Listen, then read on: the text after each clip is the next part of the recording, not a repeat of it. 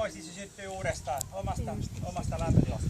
Se on 230 astetta, kun ripsiöljy syttyy ja nyt se koko ajan kiihtyy ja jos se unohtuu siihen, niin se on äkkiä siellä liesituulettimessa, kun se imee. Ja lämpö tietysti aina lisääntyy siellä, kun se on päällä se.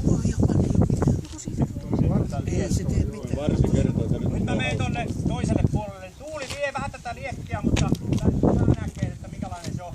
Ja kuvitelkaa, jos se on keittiössä tämä lieska. Minkälainen se on. Tää on vähän tyyntyy. Mä lasken 3, niin sitten kippa. 1, 2, 3.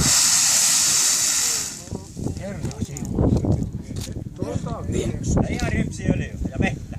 Ettei kannata vettä käyttää. Nuoriso esitti kysymyksen, kun autoista puhutaan, niin käyttäytyykö auton öljyt samalla lailla? Ei, se niin jos on lämpötila riittävän korkea, niin se täyttää. Joo. Sitten uudestaan vie. Varsinkin lasten lapset pyytää, että uudestaan lisää. Lisempää.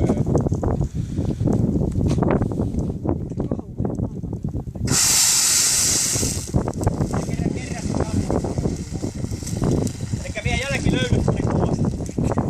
Se oli vain litras sitä rypsiä. Jos sitä on iso kattilallinen, niin se aina kertaantuu toi. Se on hyvä nähdä toi ja että mikä se reaktio on. Monet sanoo, että oli viimeinen kerta viime vuonna. Mutta ei suinkaan, että kyllä se voi ihan hyvin tekee ne turvallisesti se homma. Ja kaikki pavut yleensä perustuu